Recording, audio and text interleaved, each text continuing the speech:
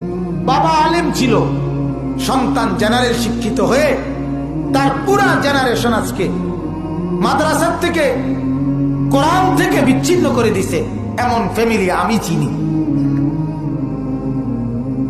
যাদের বাবা আলেম ছিল, দাদা আলেম ছিল, তারা আজকে তাদের ফ্যামিলির থেকে ইসলাম খুঁজা, বাথরুমের ভিতরেও যদি নবীর কোন সুন্নত থাকতে পারে ওইটাও দূর করে দিছে খুঁজা খুঁজা। যে পুরা ঘরের কোথাও সামনের রুমে রঙিন টেলিভিশন আর বাথরুমে হলো বেরস, ওইখানেও কোনো মিসওয়াক নাই, এখানেও কোনো দস্তরখান নাই।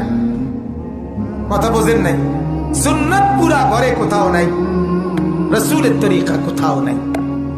পুরা ঘর থেকে বিদায় করে নিজেদেরকে ইসলাম থেকে মুক্ত ঘোষণা দিয়ে খুশি যে দেখো আমার ঘরে ইসলামের কোনো চিহ্ন নাই।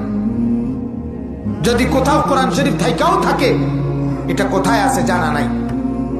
ছেলেটার দিকে দেখো, আমার ছেলে এই জঙ্গলি, রাতে ঘুমায় কখন তারও ঠিক নাই, সকালে ওঠে কখন তারও ঠিক নাই। এটা কি ভাত খায় না পানি খায় না গাঞ্জা খায়? আমি কইতারি না। দুপুর 3টায় বাইর হয়, রাত 12টায় হেতের মন চাইলে হেতে ঢোকে। ভাই কথা বোঝেন না? আমি জানি না খায় কি কথা।